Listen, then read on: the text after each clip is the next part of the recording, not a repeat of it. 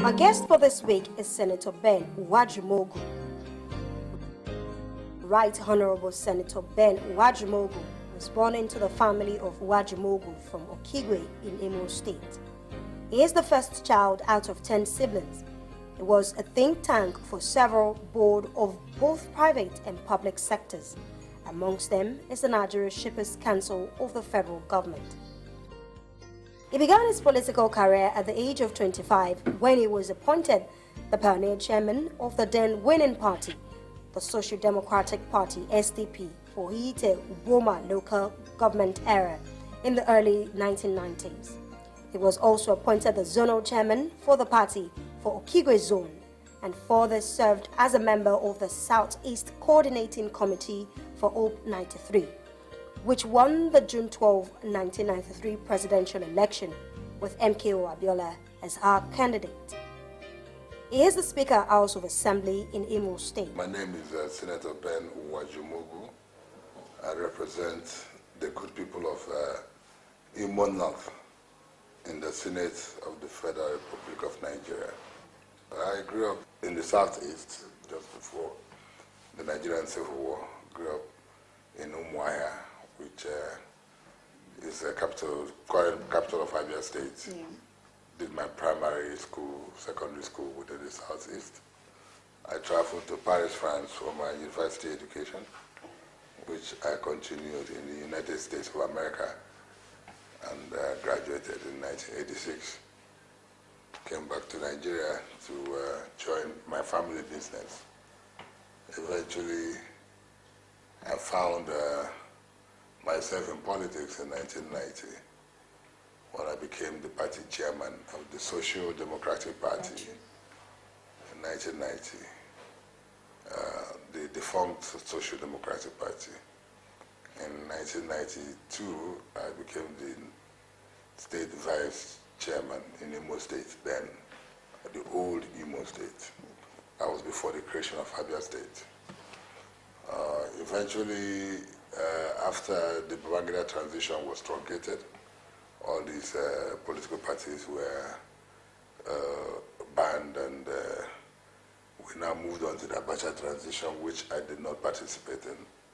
However, in 2003, I joined the PDP, ran for election in 2003 for the Federal House, and in 2011 I was elected into the House of Assembly, and I became Speaker of my state House of Assembly in Imo State, and eventually elected into the Senate, where I'm currently serving, representing Imo North in the Senate. Yeah, you've almost answered all the questions that I needed to ask you, sir. But anyway, what gave you that boldness to go into politics at a young age, knowing fully well that in Nigeria, some people say politics is a very deadly game to play? Well, I come from a family that had embraced politics from day one. My father was a politician as well as a businessman.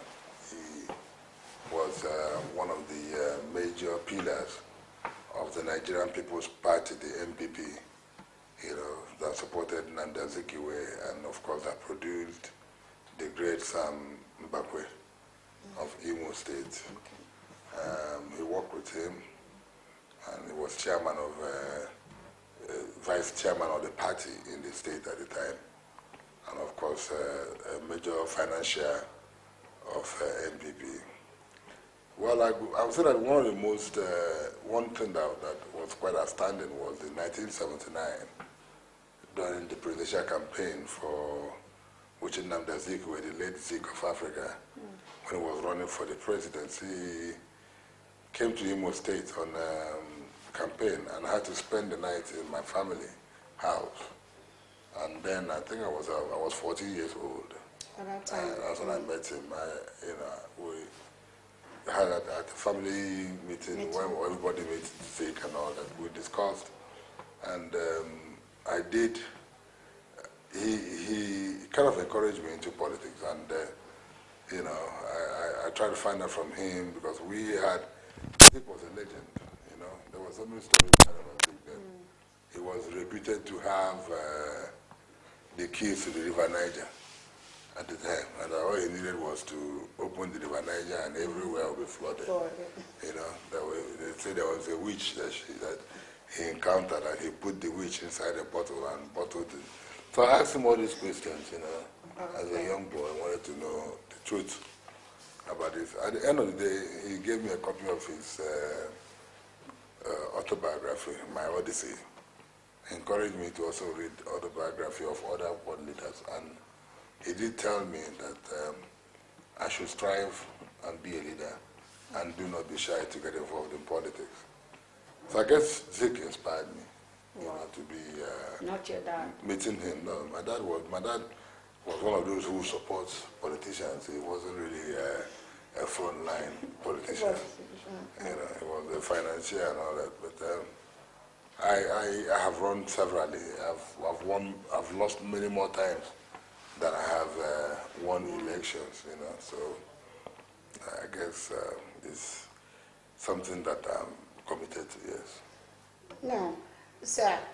In few years, you were the Speaker, House of Assembly in your state. You know, and you were able to do what a lot of people could not do. What is that thing that inspired you to achieve all that? Well, thank you for saying that.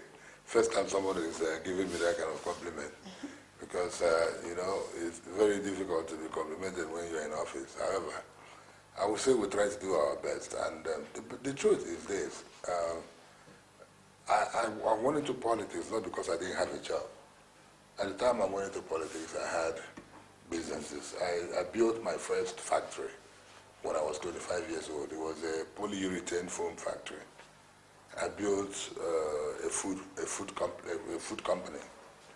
You know, before I was 25, I owned a food company. Wow. I also built my hotel in Abia State, which is an 86-room hotel, which opened in 1997. So these are some of the things. I wasn't looking for business. I wasn't looking for work. You know, it's something that I believe in. It's a passion that I have to serve. I've always wanted to contribute my little quota to the development of people. And from the time I came back to Nigeria, I lived, you know, completely all my time in the southeast between Owerri and Umuihi. So I've lived among my people. I know what they need. I know what. There's no part of Imo State today that I do not know. There's no part of my zone that I do not know. I believe that people who have such understanding, and I had a liberal arts education in America, which is quite robust, you know, giving you insight into almost every aspect of life. So for me, it's an opportunity to impact on my immediate environment. So when I became a speaker, I was already part of the society. So I didn't need to be told what was needed. I didn't need to be told what was important, because whether we like it or not, in this country today, we're still trying to provide the basic necessities of life for our people, and we have not been able to achieve that. We don't need a PhD to know that all we need to provide in this country are those basic necessities: food, shelter, and then health, and of course, guarantee of security. You know, so those are the things that have actually, you know, I've actually thrived and worked towards achieving all the time I've been in office. Now, so in 2016, you were declared the winner of Imo North's senatorial. What have you been doing for your people since then? Well, it took quite some time to come to the Senate. It was a struggle to get in here, and by the time I came in, the budget of 2016 was already far gone. The 2017 budget was already in progress, and the president submitted the budget here in October, just less than a month after, about a month after I had assumed office, you know. So, however, I have also, within the last less than 1 year that I've been here, been able to, you know, focus, you know, on youth empowerment through agriculture. we've identified that in my senatorial district, which is made up of about 6 local governments, that we have over 12,000 hectares of land, arable land, which has not been under cultivation because, we come from the rainforest, and most of these areas are overgrown with large trees, which requires a lot of money to be able to pull them down, and unfortunately, our farmers have not been assisted by government, to exercise this cultivation.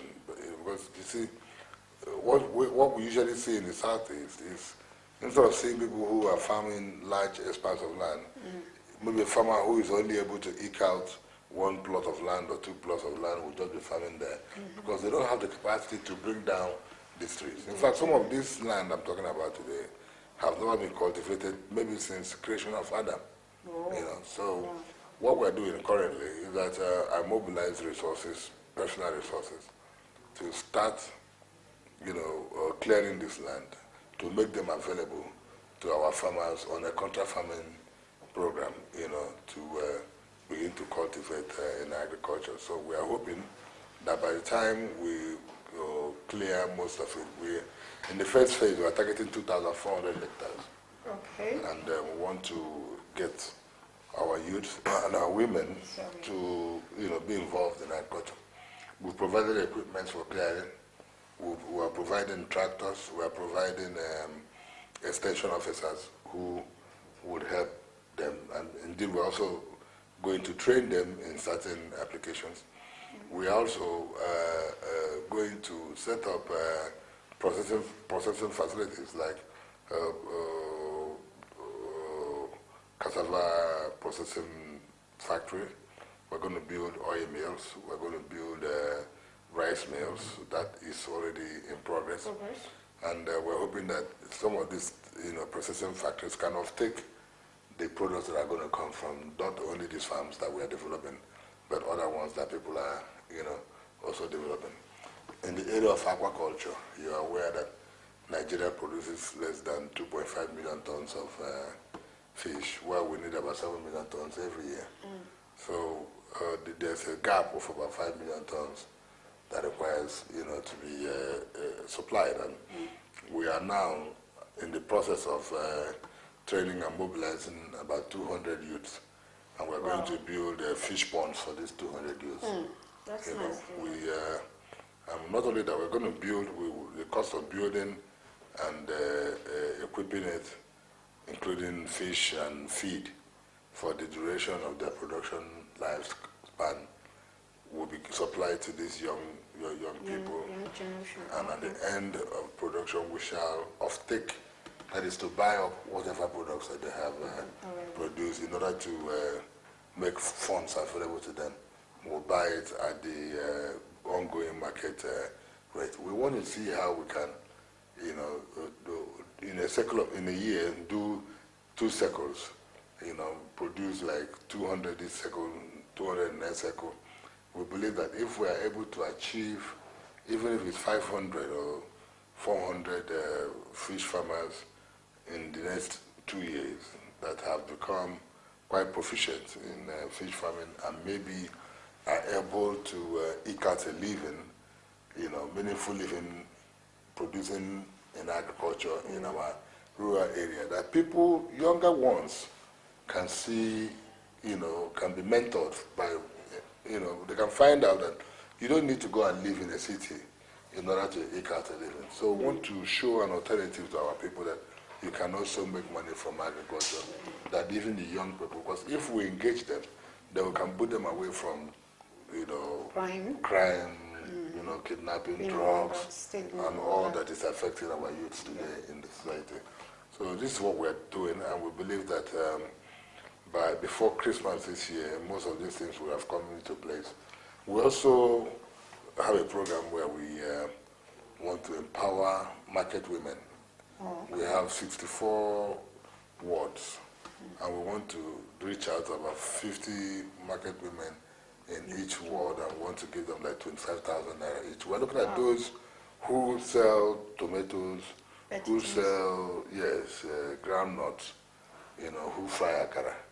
These are the people that 20,000, 25,000 naira will make sense. And we believe that such funds will stabilize them and then, you know, give them the capacity to grow. I did a lot of that when I was speaker, and I saw the impact it made in the society, and I believe that is something we should continue. We're also registering microfinance institute that will help reach out to a lot of cooperative societies within my zone, you know, to help, you know, source funds for startups. We are partnering with Central Bank to do some training and, you know, capacity building for young graduates, you know, in my zone. We are looking at the first phase is 600 youths who will be trained for 6 months. We are paying all the training costs and all that for the 600 youths for training. And after that, Central Bank will in turn assist them to raise between 5 million to 15 million naira to either invest in their existing businesses or to start fresh business. You know. We are constantly running, we have a partnership with Google now to train young men, 200 per local government on IT platform using their even their smartphones. All you need to do is qualify, is to be educated, that you can use a phone, a smartphone, you own a smartphone, you can come in for training. Google will bring in the trainers, and at the end of the day, they will be issued with Google certificates for that training. That should take place in the second week of September. Wow. You know, these are programs that we have. A lot more are on board, but you know, can't really finish that in one interview. Senator Ben is a humanitarian, a philanthropist, a man with a large heart, a compassionate man, and a devout Christian. He has won several awards. Among them is Industrialist of the Year 2000 award by the Nigerian Chamber of Commerce, the Best Speaker Nigeria Award Fellow Institute of Marketing of Nigeria, the Paul Harris Fellow Award by the Rotary Club International in Enugu, and many others. Right Honorable Ben has also received over 20 chieftaincy titles across Igbo land. He is married to his delectable wife, Ellen, and they're blessed with 3 children. Forget about politics. Let's talk about how you relax when you're tired and you want to relax. How do you relax? Well, I relax.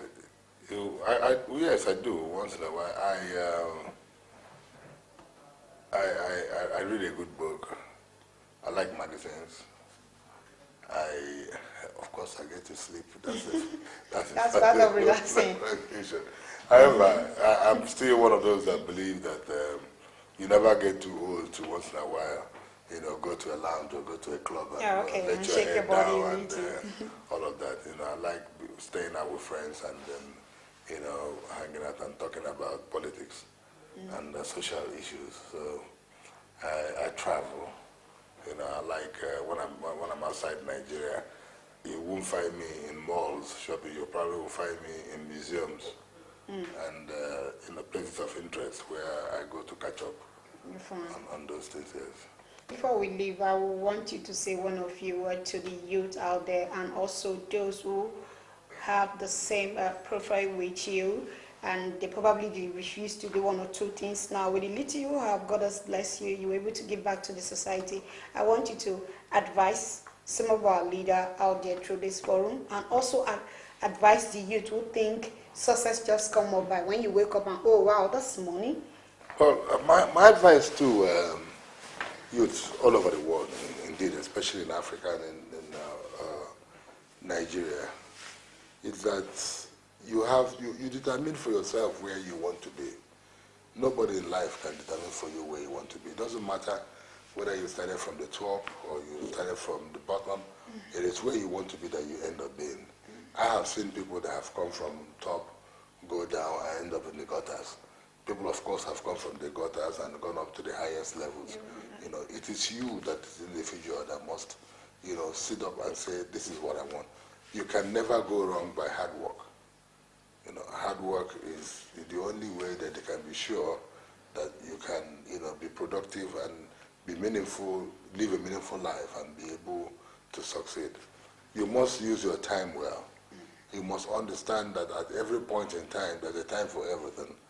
There's a time to play, there's a time to work, there's a time to be young, there's a time to be old, and there's a time to even get very old that, that at that time you are no longer productive.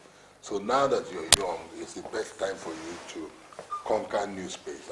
I keep asking, especially young Nigerian guys, I remember in the 70s, when our parents, especially those of us who were born in the Southeast, and our parents were given 20 pounds, no matter how much money you had in your bank. And within 2 years, a lot of our parents were building houses, with that 20 pounds, and the Southeast recovered, seriously from that civil war. And it all because of the determination and the hard work of the men of those days. So we need to rediscover those things that our parents did. It's very, very important for us as youth. So, and even if you try and you fail, you have to keep trying. I didn't win in one day. It took me a long time to get to where I am. When I in business, my first business crashed, my second business crashed. I built a factory, it got burnt. I kept on plowing through. I didn't accept defeat for one day. In politics, I ran for election my first election in 1990. I got it. 1992, I ran. I was disqualified. I ran in 2003. 2007, 2011, and I'm here today. So nothing comes easy. It is your determination. Look at our president. He ran for the presidency 3 times, but he believed and he kept on running. Today he's the president of Nigeria. So I believe that our youth should learn to persevere and to be determined and to work hard. I believe if once they're able to imbibe that, they will be successful. Well, my advice to our leaders is that God has placed us all in a position to be who we are because of a reason.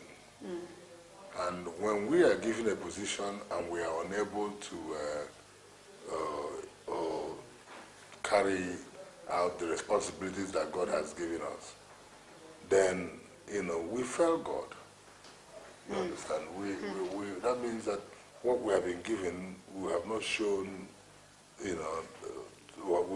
are incapable of the positions that God has given us. And, it's so unfortunate that our leaders are the same people that end up, in this country especially, in Nigeria, you find that it is our leadership that ends up breaking all the rules and all the laws that we make by ourselves. We end up ridiculing the very offices that we occupy. And we are not able to mentor the youth because what we do in our private lives, in our official lives, gives the wrong image to the younger ones who believe that that is the way to go. So my advice is that people should learn to mentor others. Let us learn that you cannot be a permanent secretary, you cannot be a governor, you cannot be a minister, you cannot be a senator and be the richest man in your society. By stealing so much money and buying houses and buying so many cars and all those who their parents acquired so much money in the 60s and the 70s, 80s and 90s, today others are buying those properties from their children, and it doesn't get them anywhere. Your children will be who they are by their own dint of hard work and the name you leave behind, and not by how much money that we have left behind. So we should strive to leave a legacy and a goodwill. I think that is what I benefited from, the goodwill that my father left. I can say that 60% of what I am today is because of the name that my father left behind, and not by what I have tried to achieve by myself. I believe also that my children will leverage on the name that I leave behind, and that is what the legacy is all about.